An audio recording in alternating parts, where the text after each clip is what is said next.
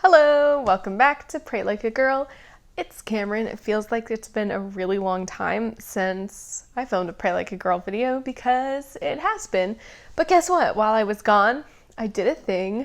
I got married. Holla! So I figured that it would be a perfect time to talk about what the title says, marriage and mental illness. It's kind of a sister video to a video that we did a while ago, religious life and mental illness or something like that. So this video is kind of like the evermore to that video's folklore, if you know what I mean.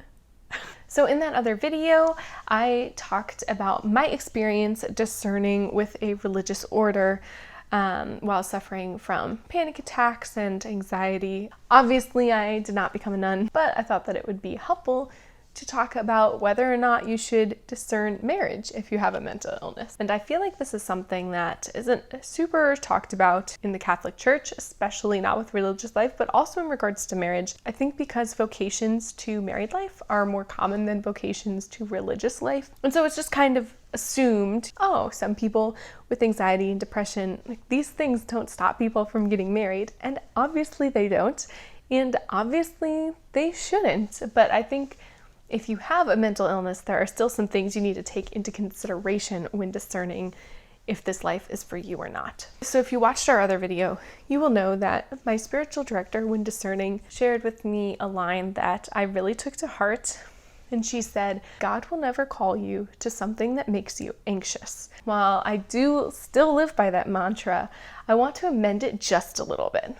What she meant was asterisk, anxious forever. There's no way in this fallen world that we can get away completely anxiety-free, right? So for me, looking at the possibility of dating, being in a steady relationship, getting engaged, getting married, it was not necessarily, will this make me anxious right now in this very moment? It was more, will this make me anxious in the long term, or will this bring me peace? And I think peace is a big thing you need to focus on, especially if you have a mental illness, because God desires peace for all of us, right?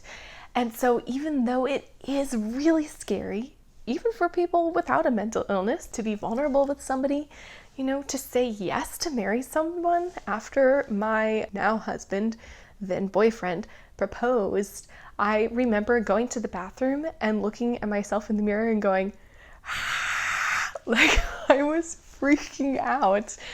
But just because you are nervous or anxious in one moment does not mean that that's something you should never do. No, we always have to step outside of our comfort zones. There is no growth in the comfort zone.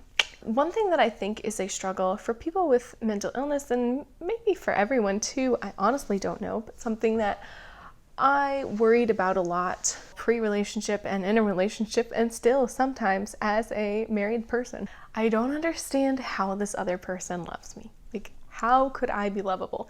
And a big part of letting somebody into your life and having a healthy relationship is not only loving them, but accepting that A, you are capable of being loved, and B, this other person loves you so much and recognizes how much you are capable of being loved. Having anxiety or depression or any other mental illness, well, anything really, but since we're specifically talking about mental illness in this video, having any of these things provides your partner with a very specific way, a very specific opportunity to love you and serve you. This is one of the ways that I knew that my husband was the person that I was supposed to marry, because I was vulnerable with him and I shared these parts of me that I didn't like and thought that no one would ever like about me. And not only did he accept them, he went above and beyond to help me and to be there for me during those times when my struggle was harder. Being in a relationship is not like a magic solution to anything. As with any flaw that somebody has, that is just an opportunity for the other person to give of themselves and to love you even more. Accepting that Christ-like love really teaches you and shows you so strongly in such a very concrete and beautiful way how much Christ loves you. If you are in a relationship and you struggle with any type of mental illness, it is really important to know that Even though it's a good opportunity for your partner to be Christ to you, this doesn't mean that that person automatically knows what's best for you. You have to be very good at communication and say, you know, this is what I need for you to do. And most of all, you need to not be afraid to ask for help. This is true of any point in your life. If you're struggling, you should always ask for help. But especially if you're in a relationship, you have somebody right there who literally they love you so much and just want to help you. Even something small that your significant other can do for you can be really helpful.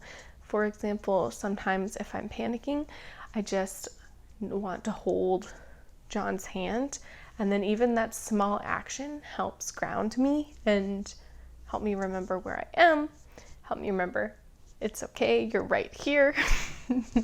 And so even something small like that can make a big difference. But even though your significant other can and should want to help you, it's also not their job to be a magic fix. For me personally, I felt like I was on a really good track. I had a pretty good handle on managing my anxiety, and even if it wasn't 100% managed all the time, I had some good tools that I knew how to help myself.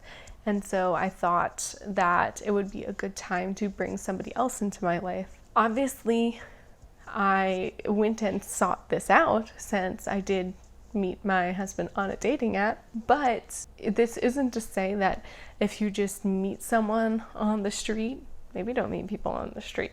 I don't know. Maybe you meet people on the street. Who can say?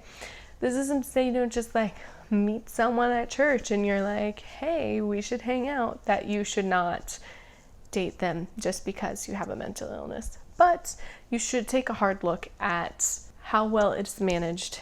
I personally don't think it's always the smartest idea to, if you're having a really, really rough time, try to involve somebody else in that as a means to help you, because you have to remember that it's not your partner's job to be your therapist or to take the place of any medication or any kind of intervention.